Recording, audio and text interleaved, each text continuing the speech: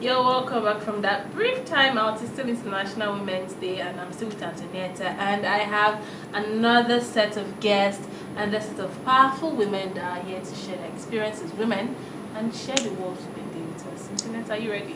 Yes, I am. I'm really anxious to see because I've seen someone wearing what women want, and I really like to hear what she believes women want. Because men, I've heard many guys say we don't even know what you want. Even women don't know what they want. You ask for equality, and sometimes you don't want equality when we say both of you should stand in the sun with the men. You should go through the same queue. You then want us to give it out to you. So what really do women want?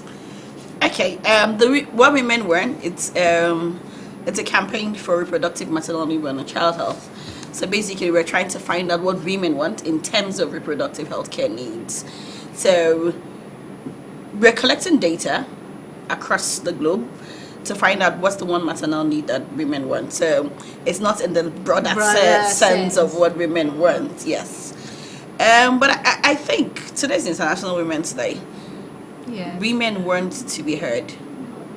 Largely, a lot of women want to be heard. We want our voices to count. We want to be treated with fairness. I think largely, in whatever sense any woman puts it, that's what women want. We want justice. We want fairness. We want to be treated with respect. We want our voices to count. We want our opinions to count. Okay, well, that is Tara Adams from White Ribbon Alliance, and we have Lois Alta, a representative of persons living with disabilities. You're welcome. Particularly women with disabilities. Women. Oh, okay. Now, as a Wow. woman with disabilities, what's the major challenge you face in society? Yeah. I know you have a lot. What's your major challenge? For too long, we have been excluded, discriminated, marginalized, stigmatized, and underrepresented in our government policies and programs. And it is time we say no to this discrimination, no to underrepresentation, no to exclusion, because we are women too. We are women that have rights. We want equality. We want our rights to be respected. We want our voices to be heard. We want equality. As to summarize what we want. When you're giving employment to women, you should reserve some percentage for women with disabilities, particularly those that have already graduated from universities or polytechnics. We have the potentials, we have the gift, we have the talent, and what it takes to become the great leader that we want to be. Well, we've had many women sit here today to say one thing repeatedly, and that's the fact that most of these things are not given, you have to take it.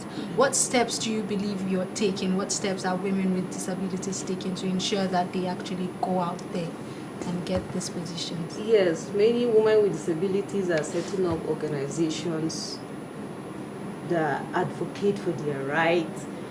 We need to partner together, we need to collaborate, we need to strategize, we need to organize, and we also need to mobilize. Now, Tara Adams, you work with White Ribbon, and you said what women want is It's a campaign for reproductive, maternal, newborn, and child health. Okay, now, Yeah. what challenge do you face in that field as a woman? I think generally as a woman advocating for the needs of women, the needs for our voices to count, it's the fact that I work a lot in northern Nigeria, so I'll probably use that example. It's that we don't have enough platforms that harnesses the voice of women at the community level. It's that women do not feel like their voices count. Women do not feel like their opinions count. And so mobilizing women to actually speak up is the biggest challenge. Because even when you mobilize the women, you find that a lot of women talk in hushed tones. You find that a lot of women would prefer to talk to you one-on-one, but when you bring them with decision makers to talk about the issues, they shy away. So there's an issue of I'm not supposed to talk. There's an issue of my voice does not count, and even if I speak, my voice wouldn't count. I feel like that's the biggest challenge we have. It's the stereotype and the way we've raised the girl child to believe that her voice doesn't count in certain areas. Not in all areas of her life, but in certain areas. So the knowledge to have the right to make decisions concerning her reproductive health care needs, it's the biggest challenge we face around that. Understanding that you have a right as a woman to make your decisions concerning reproductive health needs is a big challenge. And educating those women, it's something we're doing, but that's where we find the most challenge, because women themselves do not feel like, a lot of them, we've seen cases where I've seen inspiring cases of women who are not educated at grassroots level speaking up and demanding for their rights to be heard, which is very encouraging. But in the broader sense, a lot of them do not think their voices count. Okay, back to you, Lois, now. Talking about healthcare. Now, we had a guest here that spoke about persons with disabilities not having access to proper healthcare, being that there are no facilities available that always enables them. So far, what have you done to help women with disabilities have access to better healthcare? Yes, we've been having some conversations with some hospitals on how they can ensure there is equal opportunity for all in the hospitals. For instance, when a hearing impaired woman gets to the hospital, how can she explain to the doctor of the sickness or predicament without a sign language interpreter? You know, in the hospital, there is this thing they call confidentiality. So doctor have to talk one-on-one with the patient, and most times we don't have access to sign language interpreters as women with hearing impaired. And let me share an experience of one of our colleagues that lost her pregnancy due to inaccessibility.